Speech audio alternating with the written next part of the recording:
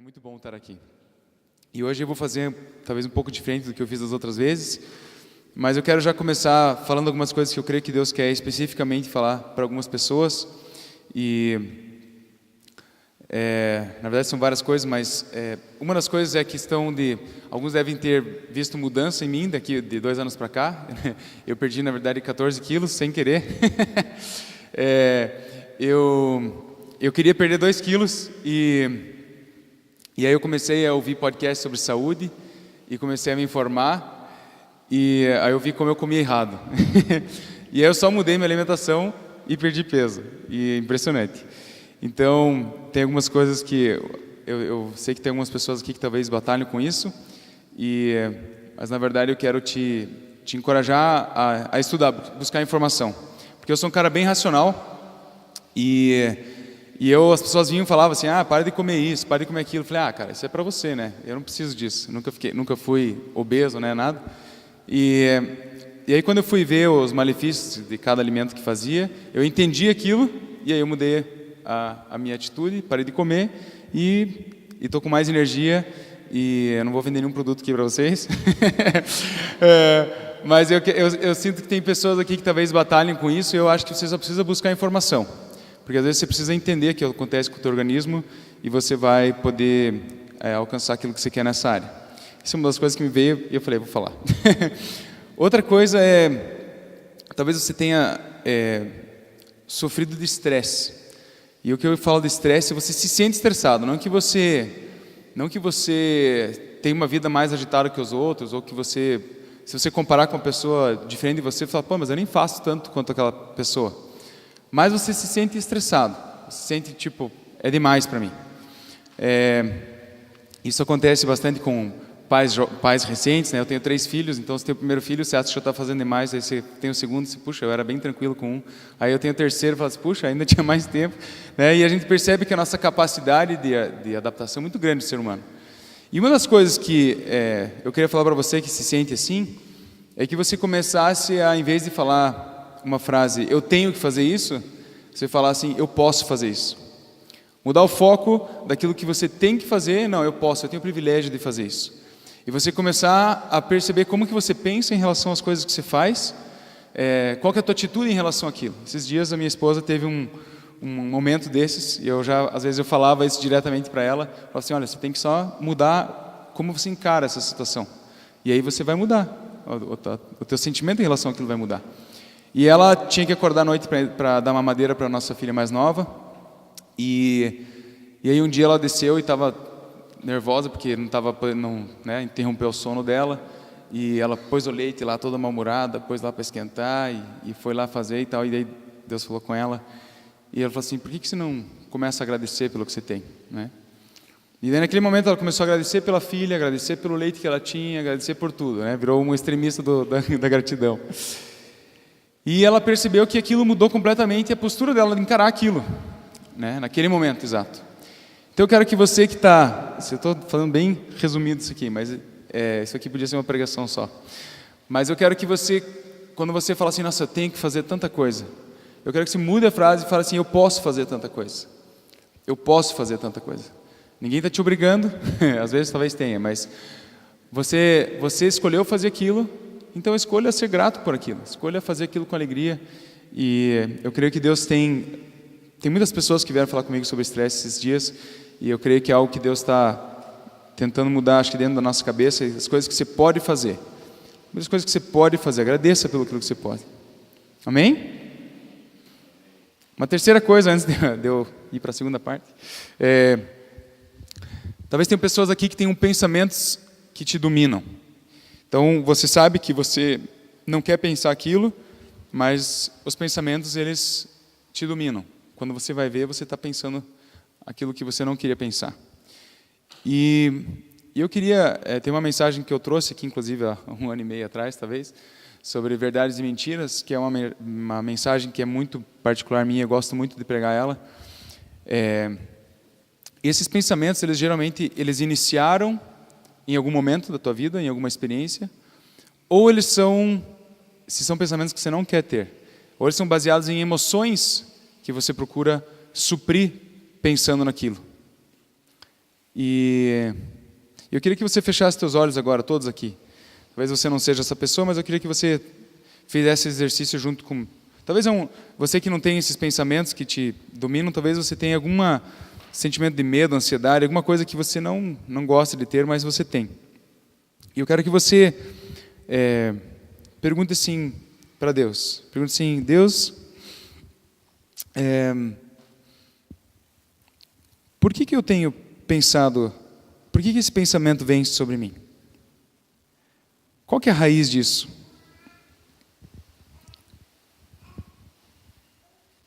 Tem alguma coisa que eu estou acreditando em relação a isso, que não alinha com quem você é ou quem você diz que eu sou?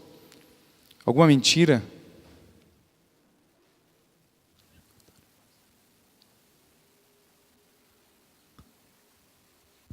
Se tem alguma mentira, eu quero que você ore assim e fale assim, Jesus, eu te entrego essa mentira, eu te peço perdão por ter acreditado nisso, ter buscado isso. E nesse momento eu quero pedir, Jesus, qual que é a tua verdade em relação a essa situação? Como que o Senhor pensa a respeito disso? Como o Senhor pensa a meu respeito?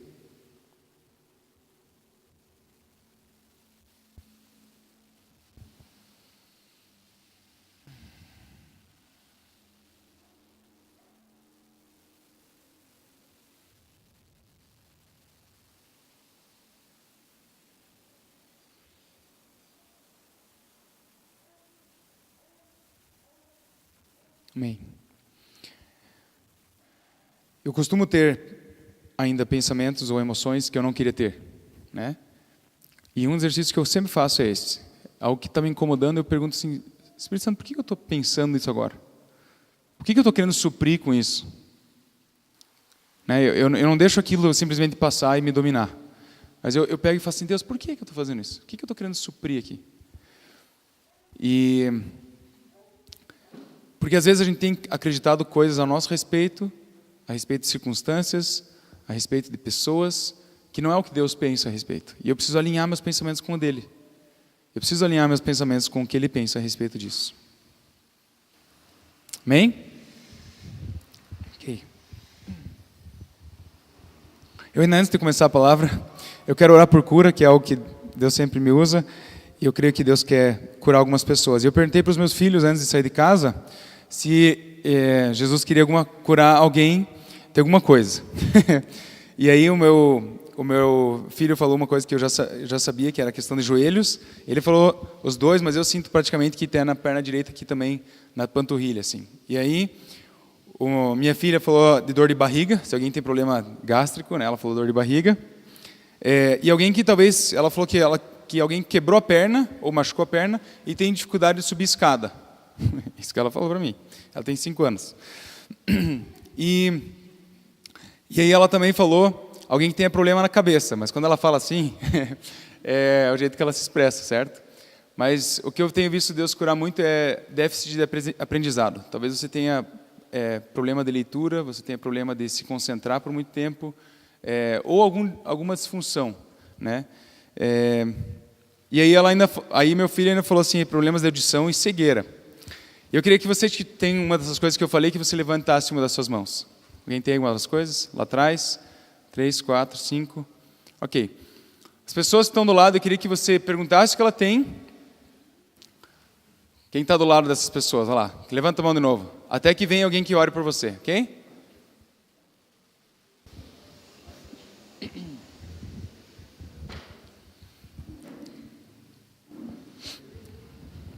Eu já coloco todos juntos, para ninguém ter vergonha de nada.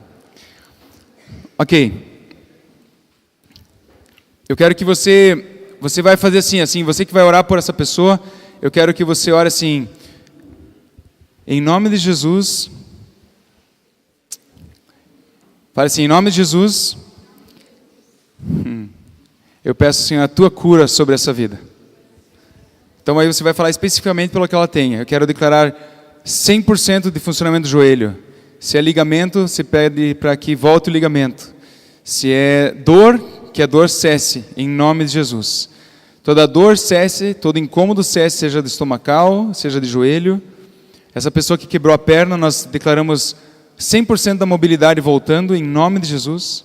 A pessoa que tem dor de cabeça ou que a pessoa que tem disfunção na parte de aprendizado, nós declaramos voltando agora no nome poderoso de Jesus. Declaramos um alinhamento do sistema, dos nervos, daquilo que precisa ser restaurado, do sistema nervoso, em nome de Jesus. Em nome de Jesus. Amém. Agora eu quero que você teste aquilo que você não podia fazer antes. Se você puder testar. Se você não conseguia ler, que você pegue uma Bíblia para ler. Se você tem um joelho, problema no joelho, eu quero que você teste. Vai lá, quem sentiu mais de 50% de melhora? Vai lá, pode levantar a mão. Quem sentiu mais de 50% de melhora? Pode levantar a mão. Quem a dor foi embora, alguma coisa? Aquela que tinha que subir escada, não sei se tem que testar lá fora, mas... Vamos lá. Quem que pode testar e sentir uma melhora de mais de 50%? Vamos lá. Ninguém pode testar ou o que é o problema? Quem tem problema de joelhos? Vamos lá. Vocês, sentiu alguma diferença ou não? Ou aí não tem como testar também? Então também não dá para testar? Não foi o superior. Ok. Mas aliviou. Ok. Alguém mais? Não. Então tá bom. Então você que está do lado, eu quero que você ore mais uma vez por ela. Você que está só de curioso, estenda a tua mão. Deus, nós queremos declarar 100% em nome de Jesus. 100% de cura. Em nome de Jesus. Amém. Vai lá, testa mais uma vez. Pode testar mais uma vez.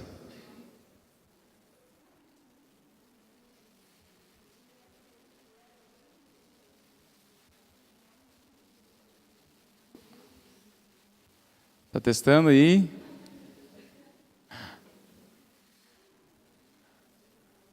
Vai lá, alguém sentiu diferença ou não?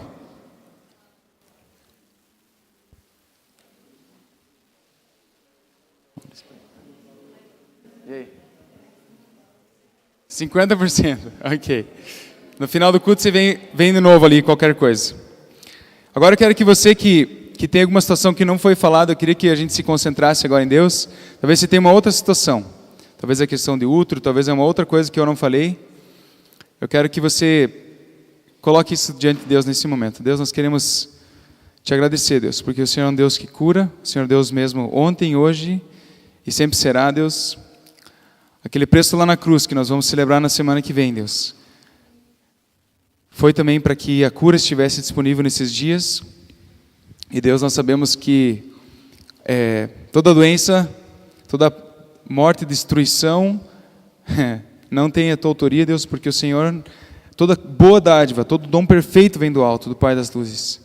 E quem veio para roubar, matar e destruir não é o Senhor. E por isso nós nos levantamos agora contra qualquer enfermidade, Senhor. Nós declaramos uma palavra de saúde nesse lugar. Em nome de Jesus. Saúde, em nome de Jesus. Amém. Coisa que você venha falar comigo no final. Alguém sentiu diferença? Testar alguma coisa? Alguma dor de cabeça? Alguma coisa? Não? Só tímido aqui? Acho que não, né? Ok. O Arthur me pediu para falar sobre a sala. E eu achei muito legal como vocês dividiram aqui, né, na República, a parte da cozinha, a parte do quarto e a parte da sala. Não sei se vocês falaram sobre cada item nas últimas 2 semanas, foi isso? E quando ele foi me explicando pelos áudios do WhatsApp, eu achei muito legal, porque cria uma sensação, primeiro, de que eu sou dono da casa. Né? E uma das coisas que eu acho mais difíceis, às vezes, dentro de uma comunidade, é com que as pessoas se sintam donas do lugar.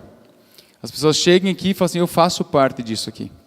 Uma das características, por exemplo, se você faz parte de uma família, o que acontece? Você chega numa festa de família lá na tua avó, né? E tem que descascar a batata, né? Ah, filho, descasca a batata aqui. Beleza, tô dentro, né? Ou, caiu aqui, a criança machucou, não está ninguém perto. Você vai lá, é primo, né? Você vai cuidar, você vai... É uma sensação de pertencer muito grande.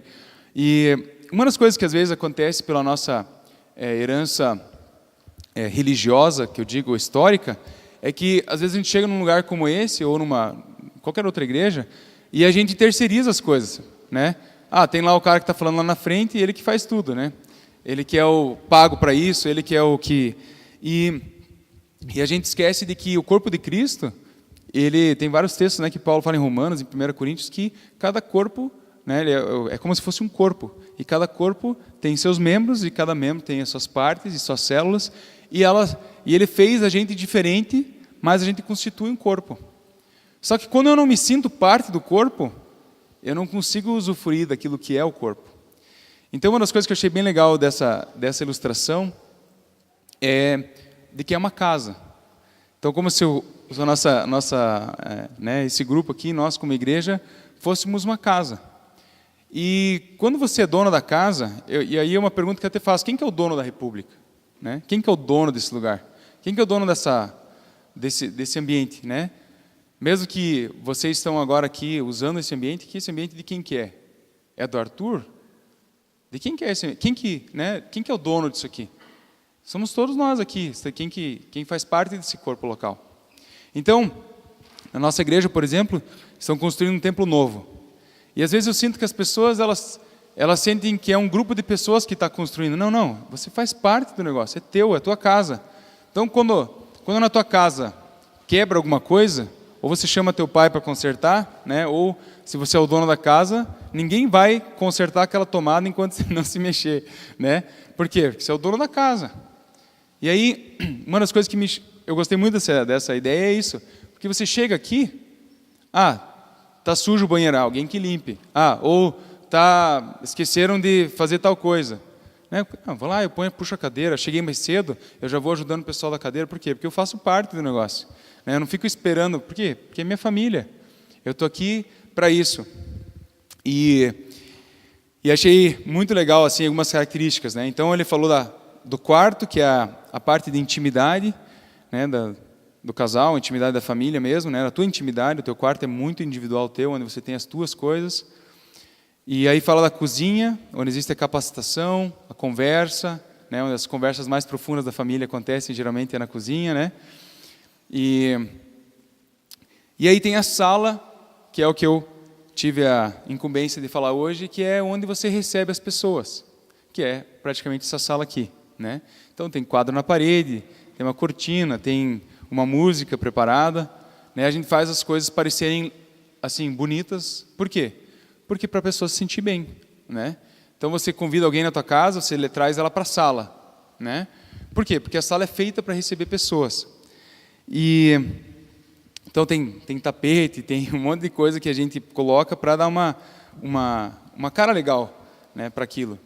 E quando eu fui meditando a respeito disso, e é uma das funções que ele falou para mim em relação à sala, a sala é basicamente onde eu e você, a gente se relaciona com pessoas que não fazem parte da República, não fazem parte da igreja. Então, como que o cristão se relaciona com o não cristão, ou o pré-cristão? Como que eu me relaciono com essas pessoas? Como que eu interajo com essas pessoas? Que tipo de impressão essas pessoas têm de mim, de Deus, quando elas interagem comigo? E essa é a sala, esse é o ambiente da sala. Pode ser um ambiente pessoal meu, onde eu sou a sala andando pela rua aí, né? Ou onde eu sou o corpo de Cristo aqui e eu recebo pessoas nesse lugar aqui. Como que é isso? E eu queria ler alguns textos com vocês e passear em alguns textos, algumas ideias, para a gente ter alguns ensinos essa noite. Eu queria que você abrisse comigo em Mateus 5, que é um texto bem conhecido, porque é o Sermão do Monte. Mas na sequência das bem-aventuranças, ele já segue e fala assim: vós sois o sal da terra. E na sequência, lá no versículo 15, ele fala: e vocês também são o quê? A luz do mundo. Então, o Jesus ele é muito gráfico, e várias vezes ele é muito gráfico. Ele explica por parábolas, né? E aí ele fala assim: olha, vocês são sal e luz. Para nós, hoje, luz e sal é um pouco menos importante, talvez, ou tem uma figura um pouquinho diferente do que eles tinham na época, obviamente, porque sal para nós é um negócio barato, tem no supermercado, se usa todo dia, mas se não se dá conta. Mas na época era muito mais fundamental, né? Porque eles não tinham a geladeira, então eles faziam charque, faziam outras coisas com o sal para manter comida, né? E temperar a comida, obviamente.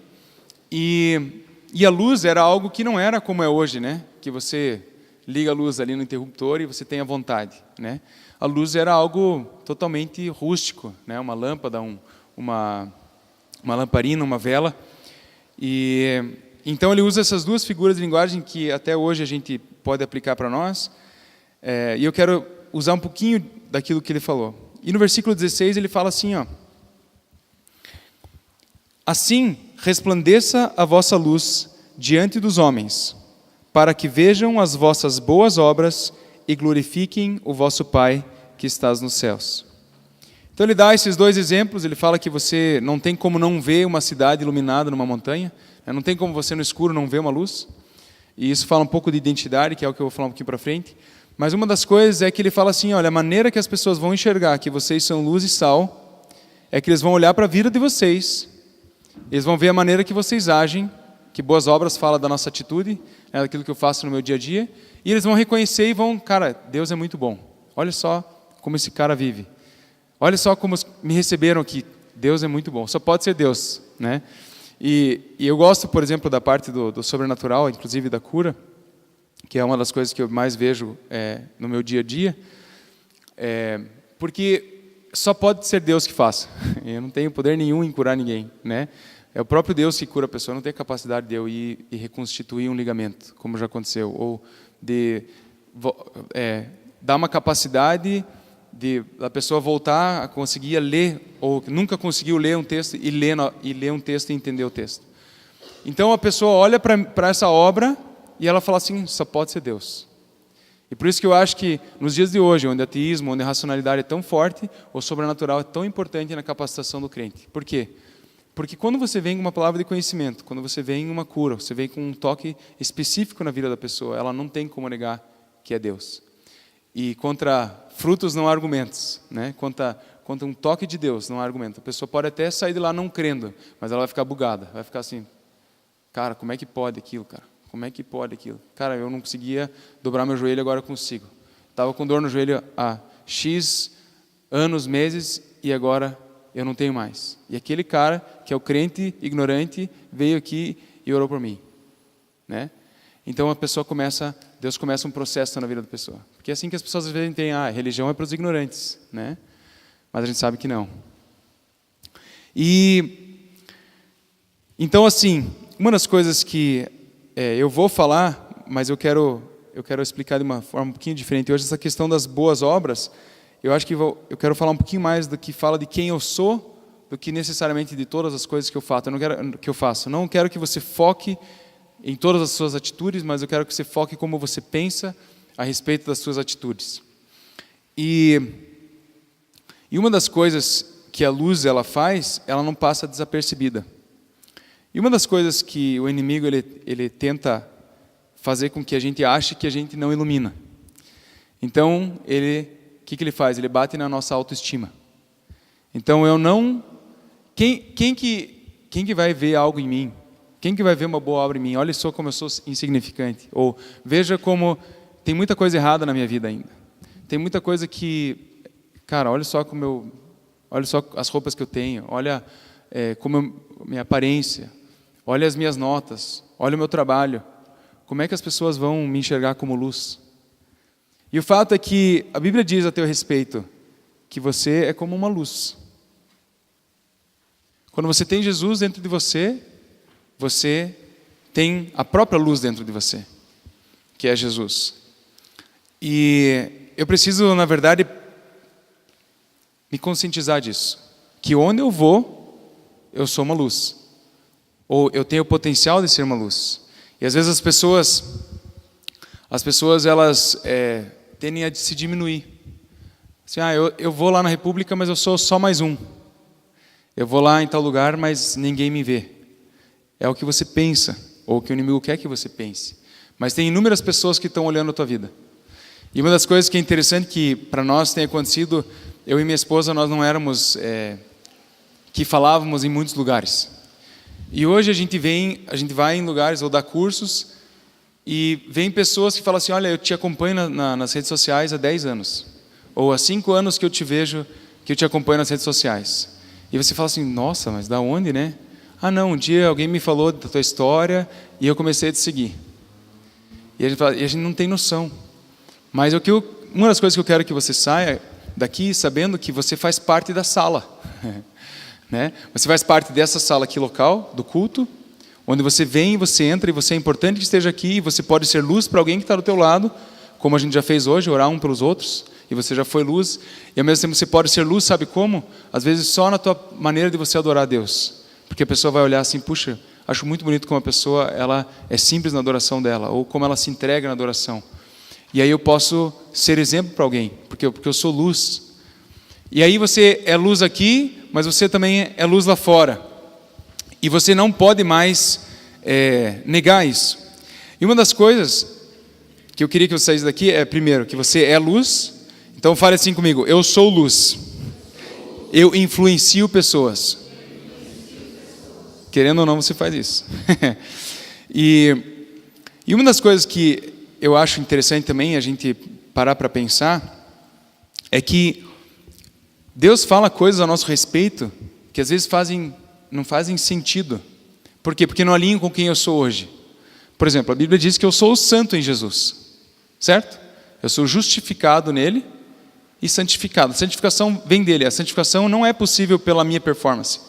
Eu não consigo ser tão bom nas minhas práticas que eu vou conquistar a minha santidade com Deus. A minha santidade com Deus é conquistada pela obra da cruz. Mas claro que eu vou alinhando minha vida com isso. Eu vou tendo uma vida mais certa.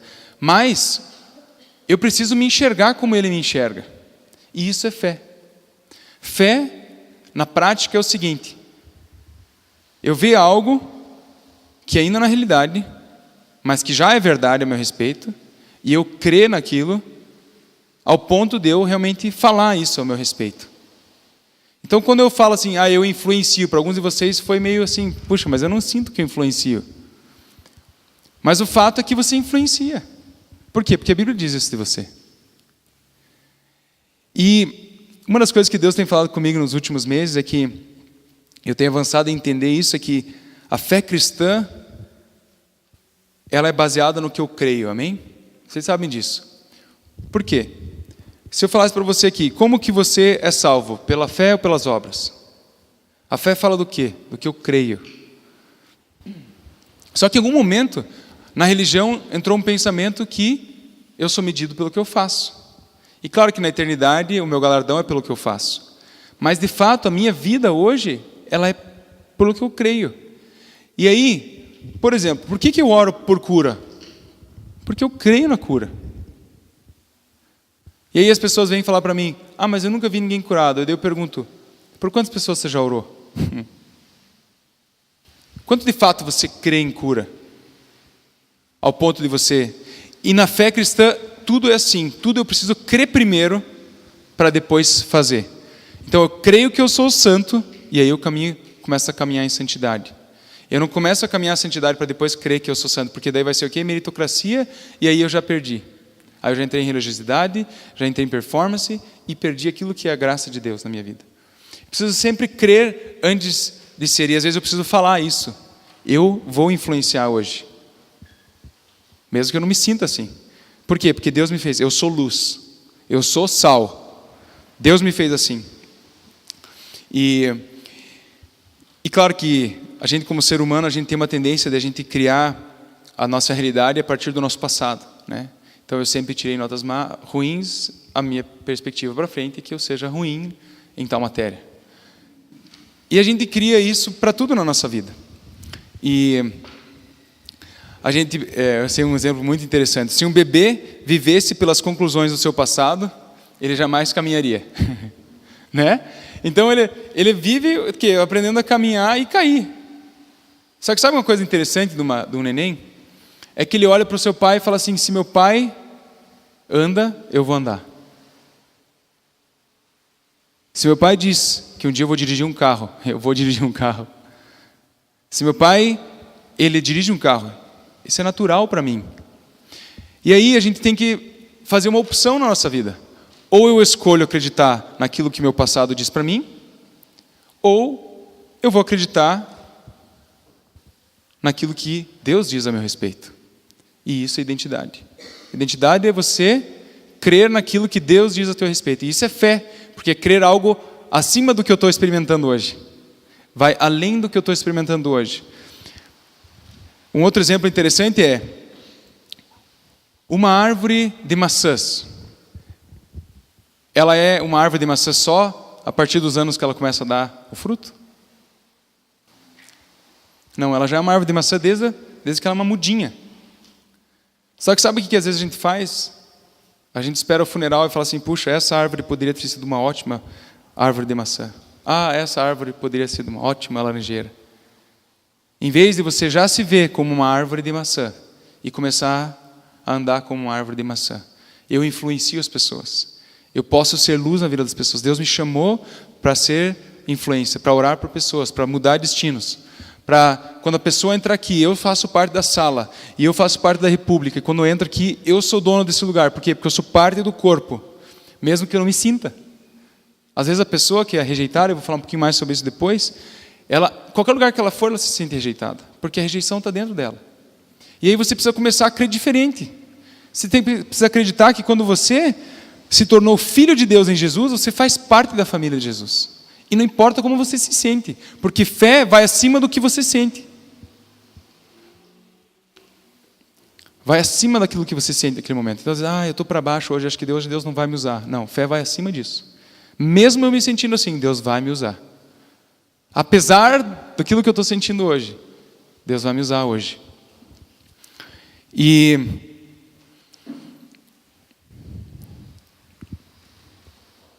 assim que nós precisamos nos ver em relação à nossa influência fora do mundo. Quando a Bíblia nos diz que nós somos sal e luz, é porque nós somos sal e luz. Por quê? Porque o próprio Espírito habita em mim e Ele pode me usar. Seja num olhar, seja num oi, seja num abraço, seja no que for. Obrigado.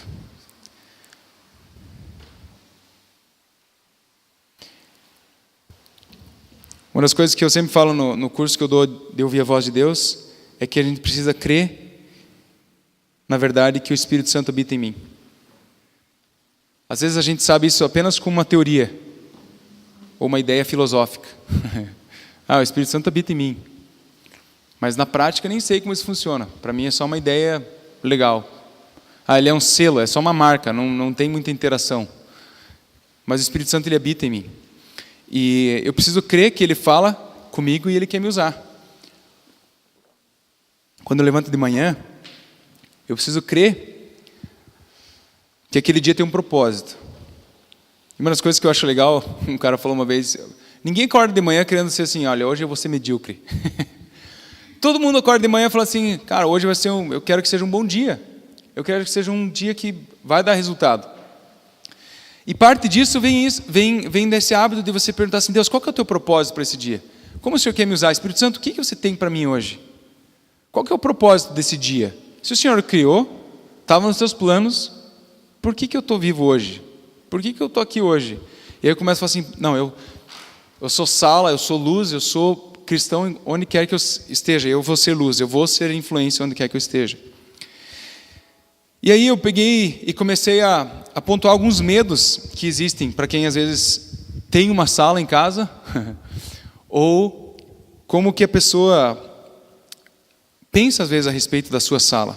E aí eu vou falar sala, você como pessoa, ou às vezes você como república. Algumas pessoas têm a questão da rejeição que eu já falei. Então, por exemplo, ninguém vai gostar do meu estilo da sala. Eu só tenho um sofá velho e a minha televisão é de tubo ainda. A pessoa vai entrar aqui e eu tenho vergonha de trazer as pessoas para a minha sala. E aí as pessoas, elas procuram alguma maneira de que, às vezes de se diminuir, né? Ou outra coisa que elas usam de falar mal dos outros para tentar se sentir melhor. Eu tô mal, mas aquele lá, veja aquele lá tá bem pior do que eu, né? Para tentar ficar um pouquinho melhor que o outro. E isso atrapalha muito, porque aí você não é Jesus como Jesus quer que você esteja aqui na Terra. A rejeição, ela vem de você pensar menos de si mesmo, menos do que você realmente é. E a Bíblia diz que você foi pago por um alto preço. A Bíblia diz que Deus criou você para fazer boas obras. Eu quero ler esse texto com você. Não estava programado aqui, mas eu vou fazer porque é um texto que marcou muito a minha vida e me libertou, na verdade, de vários pensamentos que eu tinha a respeito da minha... me sentir inadequado às vezes. Efésios 2, tem vários tesouros, mas eu vou falar só de um deles. Ele fala assim lá no versículo 10.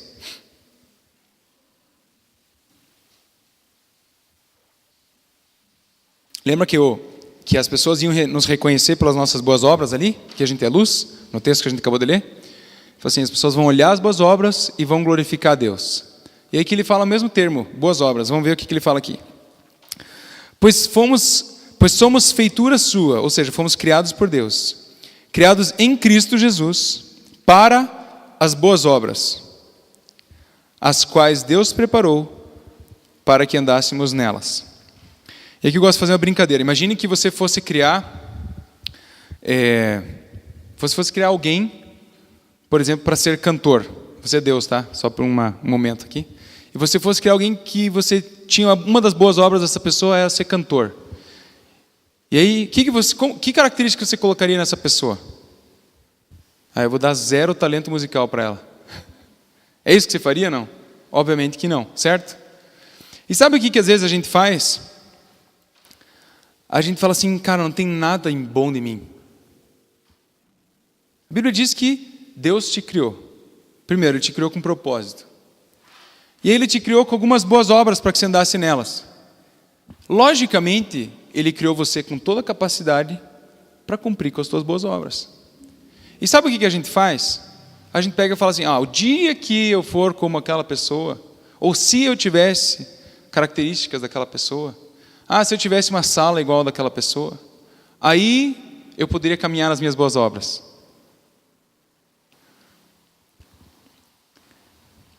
E por isso que estou falando um pouquinho mais sobre como a gente pensa a respeito, porque como a gente pensa a respeito determina como eu ajo.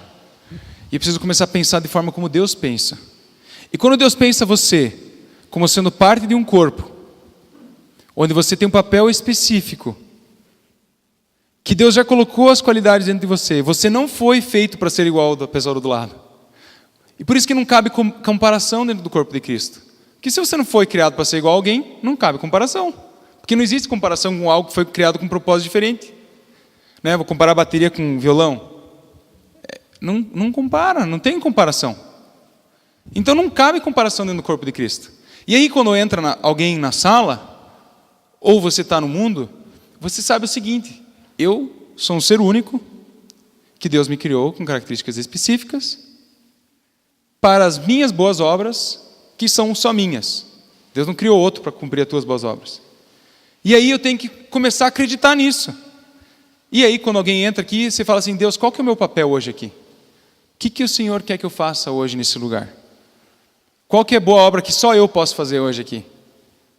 No meu trabalho, independente de onde você esteja. Mas eu quero que com isso você crie um sentimento do seguinte, não existe sentimento de inadequação ou rejeição, que Deus não te rejeitou. Deus te criou. E rejeição é um tema para uma mensagem única, mas o que eu quero fazer com que você pense é o seguinte, comece a se enxergar como Deus te enxerga. Deus criou você para que você caminhasse com boas obras, que Ele já preparou para você, não para outro. Então não se compare, gente, comece a andar, comece a crer nisso, fala assim, hoje, Deus criou o dia de hoje e tem algo que eu devo fazer. Seja a sua rotina no trabalho, seja a sua rotina em casa, e você começa a, puxa, Deus me colocou nessa circunstância, Deus me colocou nesse lugar aqui, Deus me deu essa característica, Deus me deu esse cabelo, Deus me deu essa maneira de falar, Ele me deu esse estilão. Então, quando você sentir que você... quando você sente rejeição é um negócio muito ruim, porque é um sentimento que vem para a pessoa e aí ela se sente menos. Puxa, deixa eu me esconder aqui no canto para que ninguém me veja, né? Não deixe isso entrar. Você lembra que eu falei que a fé vai acima das emoções? Começa a vir esse sentimento, você pergunta a Deus, qual que é a tua verdade mesmo a meu respeito? E aí o Espírito Santo de repente vai vir com uma coisa nova para você. Fala assim, você é aquele que vai trazer alegria nessa noite. E aí você começa a sorrir, você começa, Deus, eu começo a orar, declaro alegria nesse lugar, eu quero pedir que tua alegria venha sobre esse lugar. E aí você começa a entender teu propósito. Não, eu quero que você fale com aquela pessoa que está triste. Por quê? Porque você vai liberar alegria, Deus. Então me lembra de um testemunho. E você vai trazendo propósito para o teu dia.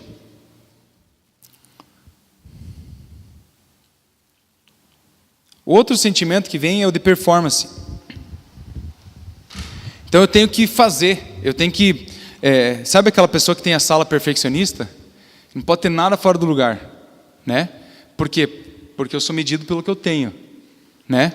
Então, a pessoa tem que entrar, tem que estar num brinco o negócio, tem que fazer direitinho.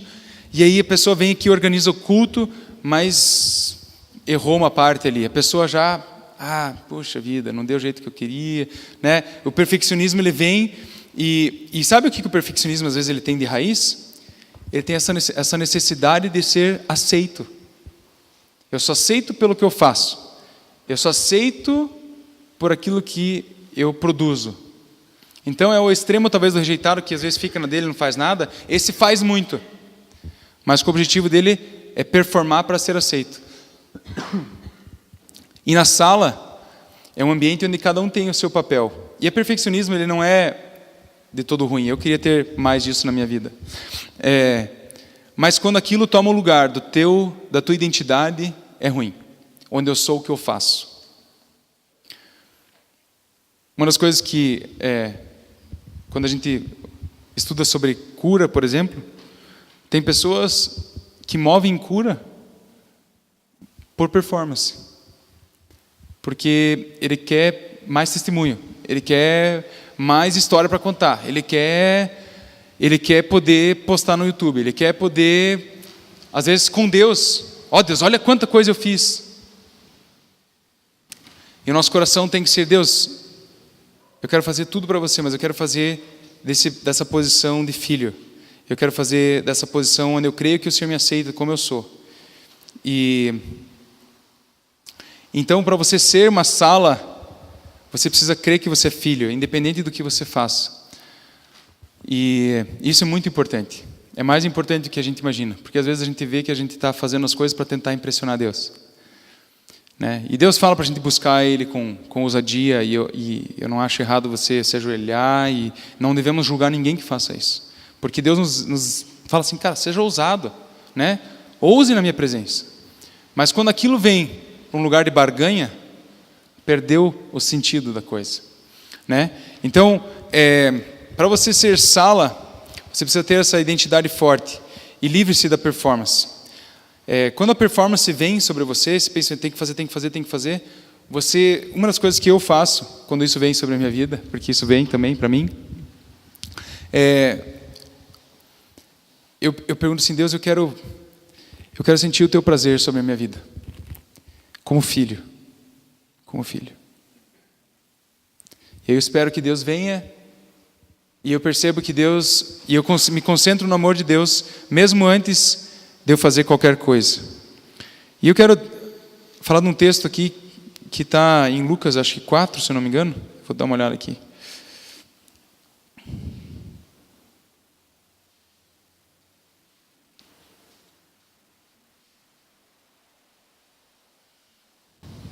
Desculpa.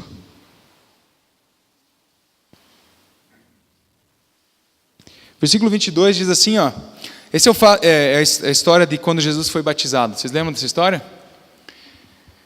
Então, Jesus foi lá e ele estava sendo batizado, e aí no versículo 22 fala assim, e o Espírito Santo desceu sobre ele em forma corpórea, como uma pomba, e ouviu-se uma voz do céu, tu és meu filho amado, em ti me comprazo, em você eu tenho prazer, o pai falou do filho. E sabe, uma das coisas que que é interessante desse texto? Quando que Deus falou isso? Deus já tinha operado milagres? Não. Jesus já tinha operado milagres? Não. Jesus já tinha feito alguma grande pregação? Nenhuma. E esse é o ponto que nós deveríamos iniciar toda a nossa obra. Saber que Deus, Ele nos tem como filhos. E quando você é filho, eu sei isso porque eu tenho 3 lá em casa, eu tenho o prazer só de ver ele dormindo. Né? E às vezes algumas mães têm mais prazer quando estão dormindo, né? Brincadeira. Mas o fato é que você tem prazer só da existência dele. É um prazer. E é nesse ponto onde se você tem o coração nesse ponto, esse é o ponto onde Deus pode agir poderosamente. Quando você entra num lugar, quando você vem aqui, participa, e você é aquela pessoa que recebe, ou você está lá fora no seu trabalho, e você sabe que independente daquilo que você faça, o prazer de Deus é sobre a tua vida. Você faz as coisas com outra maneira. Você não faz aquilo por tentar agradar a Deus, por tentar trocar algo com Deus. Nossa, Deus, você viu que eu falei Jesus para ele? O que você vai me dar em troca? Não, Deus já te deu, já está disponível. O prazer dele, a aceitação dele sobre a tua vida já está em Jesus. E eu posso viver na sala a partir disso. O outro ponto é aquela sensação de inadequação, de que eu não sou o suficiente, né? Eu não sei o suficiente para poder ser luz. Essa é a clássica.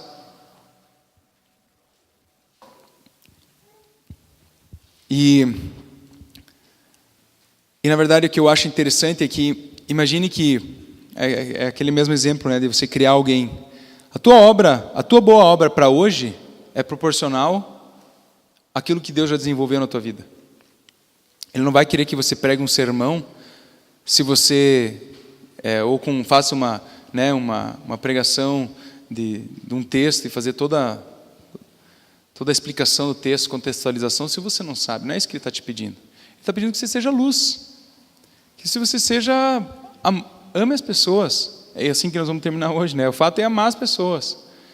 Independente do que você sabe da Bíblia, independente da tua vida de oração, Deus quer que você naquele dia de hoje, independente do que você sabe. Só que daí o que acontece? Volta na comparação, né? Puxa, mas eu não sei quem sou eu para falar para essa pessoa. Às vezes Deus está te dando algo claro, você está enxergando algo claro na vida da pessoa, que você pode ser luz, e aí você se reprova, fala assim, quem sou eu para falar alguma coisa? E se ele me fizer a tal pergunta? Vai lá e ama essa pessoa. Não deixe esse sentimento entrar. E isso vem ainda, e às vezes é reforçado. Né? Esses dias eu estava no posto, e como eu falei, assim, eu tenho várias histórias de ver cura no meio da rua, em shopping, esse tipo de coisa, assim, de forma bem orgânica, bem natural. E eu estava saindo do posto e não foi nenhuma palavra de conhecimento, eu só vi o cara mancando de uma forma bem... Falei, cara, vou lá orar por ele, né? A hora que eu cheguei, assim, olha, com licença, tal, o senhor deve estar com dor na perna, tosse. Posso orar por você? Cara, não. Estou com pressa aqui, já vou embora. Falei, puxa vida, tá bom, né? Então Deus te abençoe e tal. E aquilo poderia ter gerado em mim o quê? Uma rejeição, um sentimento muito ruim, um sentimento de, puxa, eu abordei errado, fiz alguma coisa errada, Deus, né? E para mim, quando você tem essa sensação de que Deus tem prazer sobre a tua vida, que já vem antes de você fazer algo, você descansa em Deus. Claro que você vai processar Deus. Puxa, como é que eu poderia ter iniciado essa conversa diferente? Será que eu poderia ter me apresentado? Porque quem que é esse estranho no posto querendo orar por mim? Né? Claro que eu fiz esse processo na minha cabeça. Mas eu não deixo a rejeição entrar na minha vida. Por quê? Porque Deus, Ele já tem prazer sobre a minha vida. E eu fluo desse amor. E eu pude, inclusive, amar, e continuei orando no carro por ele. Né? Deus, toque a vida desse homem, que ele possa te encontrar, que ele possa, né, que a dor possa sair mesmo assim. E uma das coisas que eu achei muito interessante, um testemunho de um missionário, que o cara, ele veio para, acho que ele era um americano que veio para o Brasil, e ele começou a querer evangelizar os vizinhos. E aí ele chamou um vizinho, vamos fazer um estudo bíblico? O vizinho, tudo bem e tal, né? Começaram o estudo bíblico. E aí, numa determinada reunião, ele falou assim, não, eu quero entregar minha vida para Jesus, né? Aí ele fez a oração lá e tal. E aí ele, curioso, né, o missionário perguntou assim, por que você tomou essa decisão hoje? Foi por causa da minha explicação, né? Você entendeu a cruz, você entendeu o plano, você entendeu, né? Todo o contexto. Falei assim, não. O que me marcou foi um dia que a gente estava aqui no nosso estudo e a tua esposa perdeu a cabeça com as crianças que não estavam obedecendo e você subiu lá e você abraçou ela, confortou ela e amou ela. E essa intimidade como casal eu quero ter, que você tem com a tua esposa. Nada a ver com o que o cara tinha ensinado, né? E é isso. A vida, ela vai além do que aquilo que a gente fala. Tem uma frase, eu não sei de quem eles atribuem, mas é, né, pregue sempre, né? Quando necessário, use palavras. Mais ou menos essa ideia, né? Quando necessário, quando te perguntarem, você vai lá e fala. E alguns paradigmas desses que eu gosto de falar das duas pontas é que a gente tem os extremos nessas linhas de você ser um cristão fora da igreja, né? Uma linha diz assim, né? Você não precisa pregar toda hora. Viva a tua vida, você é uma carta escrita, as pessoas estão te lendo e você vai impactar as pessoas independente do que você faça, que é o que eu falei até agora, né? E isso é bíblico, isso é verdade, Deus usa essas coisas, mas tem um outro texto que fala assim, que você deve pregar o quê? Pregar em tempo e fora de tempo. Ou seja, é conveniente ou inconveniente você deve pregar. É momento propício para pregar ou não, a gente deve sempre se lembrar de pregar. Tem outro texto que fala que a gente deve aproveitar todas as oportunidades. E aí, claro que esse não está se referindo só a pregar, mas ele está se referindo em você ser intencional em todas as oportunidades. Então, você vai visitar alguém, vai na casa de algum amigo, já ore antes de ir. Deus, que assunto a gente vai falar lá hoje à noite? O que a gente vai fazer? Então,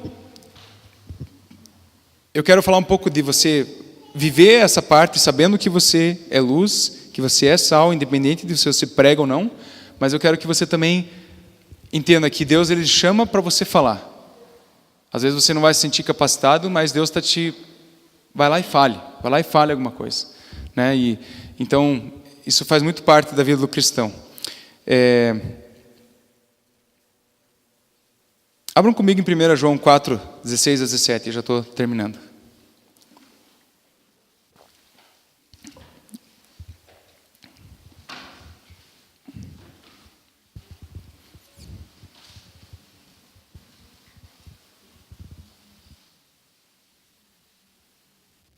Diz assim: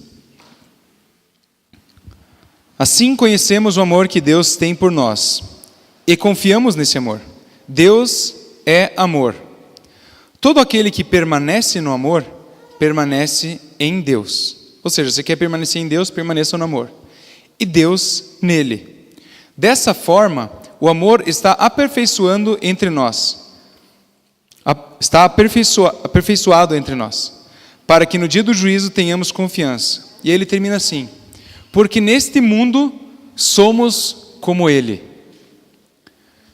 Ele diz que no mundo nós somos como ele. Nós somos cristãos, pequenos cristos. E o nosso papel aqui na terra é sermos pequenos cristos, é representarmos Deus.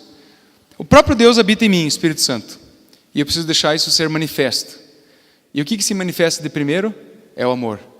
Quando eu ensino sobre os dons do Espírito, a gente vai ver que o capítulo 13 de 1 Coríntios, que é o capítulo do amor que todos conhecem, o contexto dele são os dons do Espírito. O capítulo 12 ele fala dos dons do Espírito, o capítulo 14 ele fala dos dons do Espírito, e o contexto então de Paulo enfatizar o amor é dons do Espírito, é o sobrenatural. E ele está falando do sobrenatural, ele fala assim, olha, mas eu vou te falar um caminho mais excelente. E aí ele começa o capítulo 13 e fala assim, o amor é isso, o amor é aquilo. E então uma das coisas que eu queria que você levasse daqui é, na dúvida, ame. Né? Eu não me sinto capacitado, ame. Eu não sei o suficiente, ame. Mas eu não tenho nenhuma capacidade musical, ame o músico. Ame alguém, ame. Quando você não souber o que fazer, ame. E uma frase interessante que eu ouvi esses dias: amar o próximo sem amar a Deus é possível. Então, amar alguém sem ter Deus é possível. Mas é impossível amar a Deus sem amar pessoas. Então, um dos reflexos de Deus vivendo em você, de você ser um cristão, é você amar o próximo. Seja com o teu tempo, seja com o teu dinheiro, seja com aquilo que você tem de capacidade.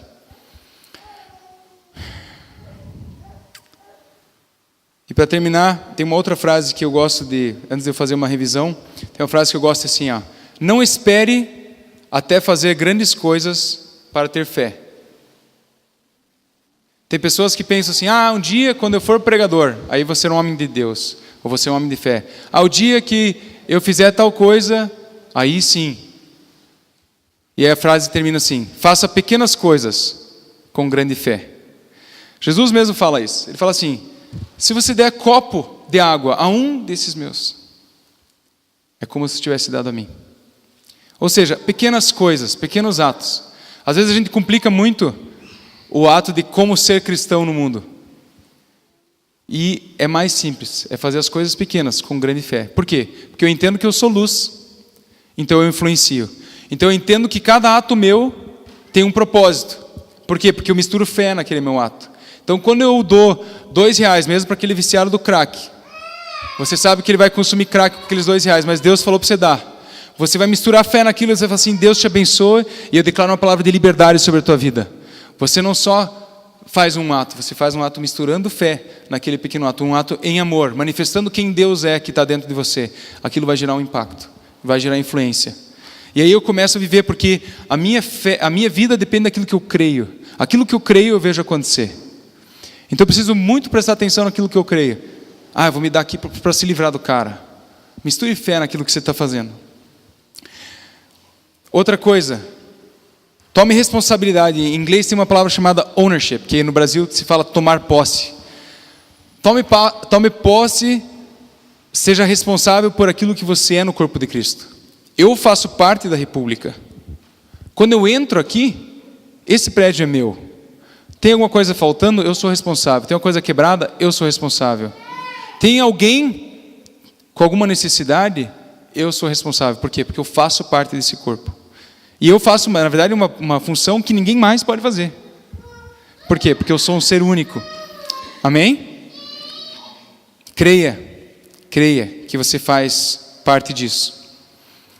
E eu quero dar 3 dicas para você, para a gente terminar. Sei que agora já vou passar do tempo, alguns minutinhos, mas quero dar 3 dicas práticas para você viver essa realidade. Efésios 5:18.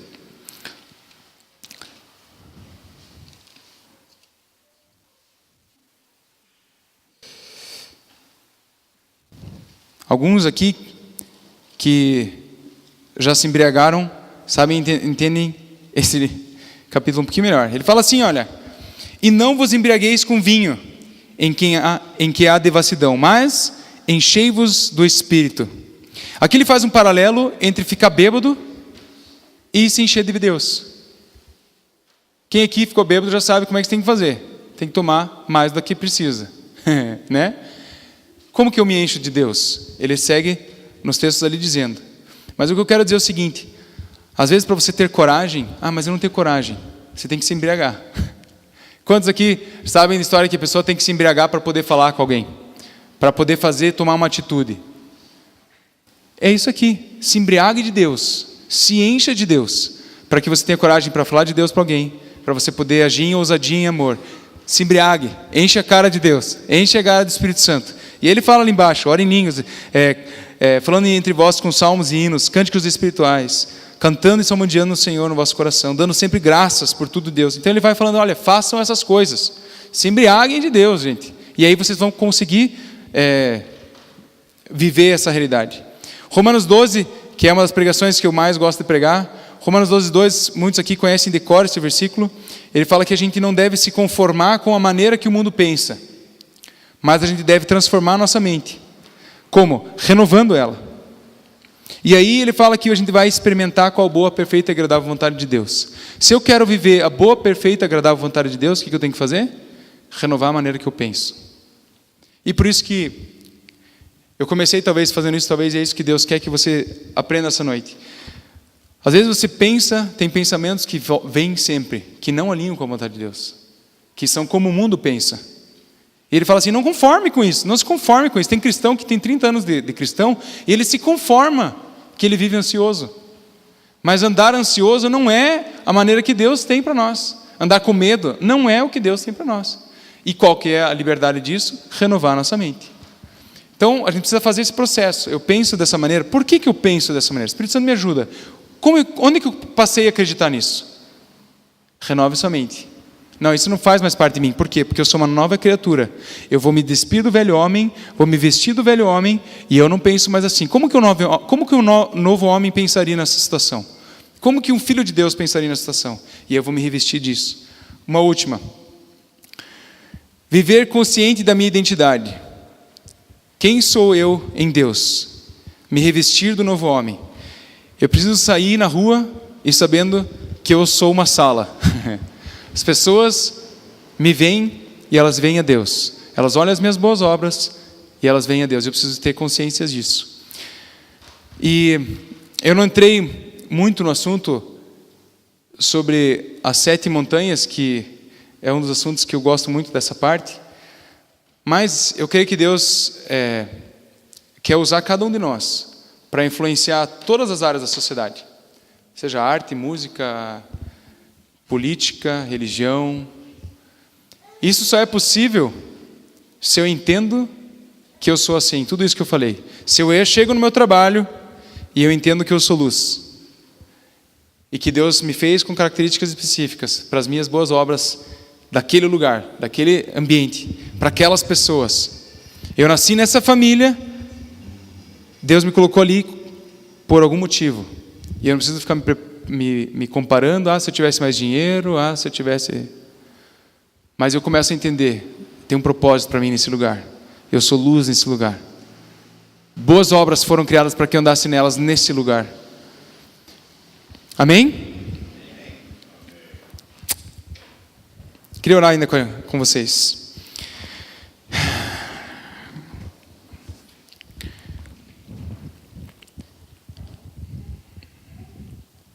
Primeiro eu queria que você fizesse aquele exercício que eu faço.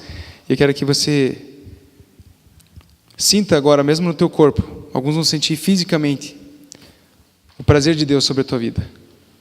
Independente de qual momento da tua jornada você está. Eu quero pedir a Deus que o Senhor venha com o teu amor sobre cada um. Com um toque de paz, um toque de presença, como se fosse do prazer mesmo. Sobre a vida de cada um. Saber que o Senhor criou cada um aqui com um propósito específico, com características únicas que o Senhor planejou. Que não falta nada. Não tem nada de errado com você. Não está faltando nada. Na tua parte física, na tua capacidade de aprendizado, capacidade intelectual, Deus quer te usar. Deus, que possamos ministrar e viver e fazer todas essas coisas desse lugar de aceitação do Senhor. Obrigado, Deus, porque o Senhor não só nos aceita, mas o Senhor nos chama de filhos. O Senhor tem prazer nas nossas vidas.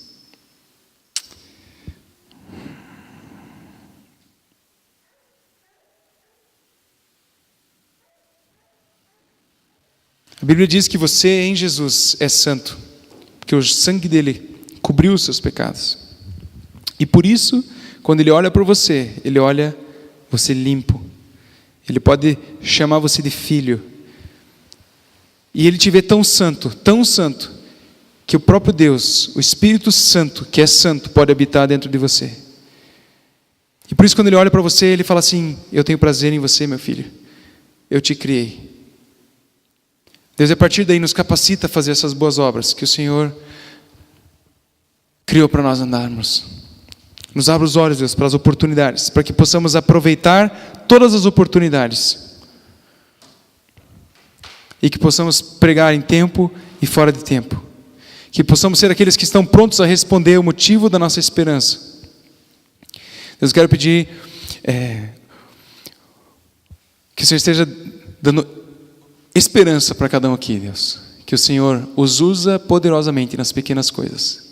Que Eles têm esse sentimento de que eles são luz. Que eles saem daqui nessa semana sabendo que são luz. Aqui, sendo sala, aqui na República, fazendo parte, se sentindo parte, e lá fora também, onde o Senhor os colocou com um propósito. Deus, nós te adoramos, Deus, porque o Senhor é o nosso Pai. Que privilégio que o pessoal do Velho Testamento não pôde te chamar assim, Deus. E nós hoje podemos chamar Pai, Abba Pai, querido Pai.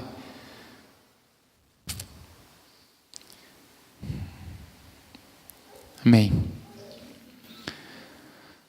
Amém.